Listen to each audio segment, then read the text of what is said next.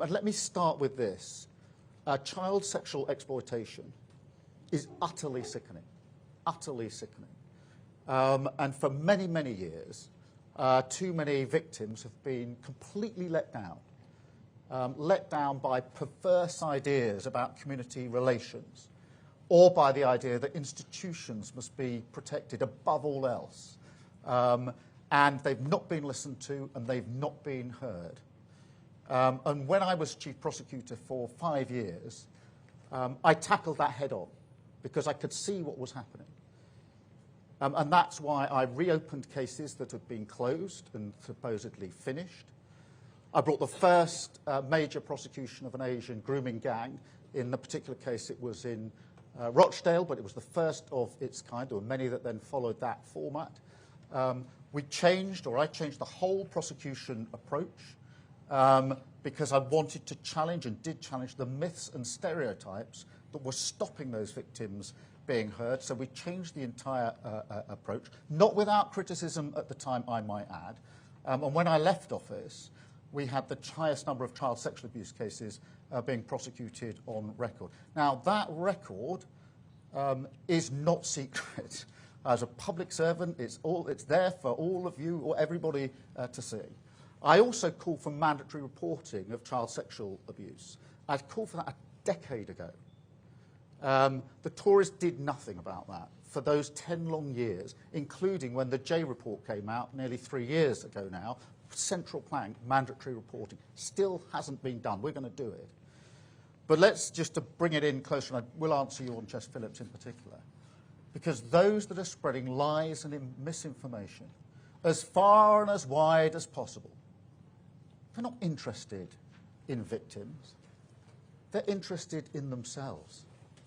Those who are cheerleading Tommy Robinson, not interested in justice. They're supporting a man who went to prison for nearly collapsing a grooming case, a gang grooming case. These are people who are trying to get some kind of vicarious thrill from street violence that people like Tommy Robinson promote. And those attacking Jess Phillips, who I'm proud to call a colleague and a friend, not protecting victims. Jess Phillips has done 1,000 times more than they've even dreamt about when it comes to protecting victims of sexual abuse throughout her entire career. And so just as I took on the criminal justice system and the institutions when I was chief prosecutor, I'm prepared to call out this for what it is. We've seen this playbook many times, whipping up of intimidation and threats of violence, hoping that the media will amplify it. Now, Jess Phillips does not need me or anybody else to speak on her behalf.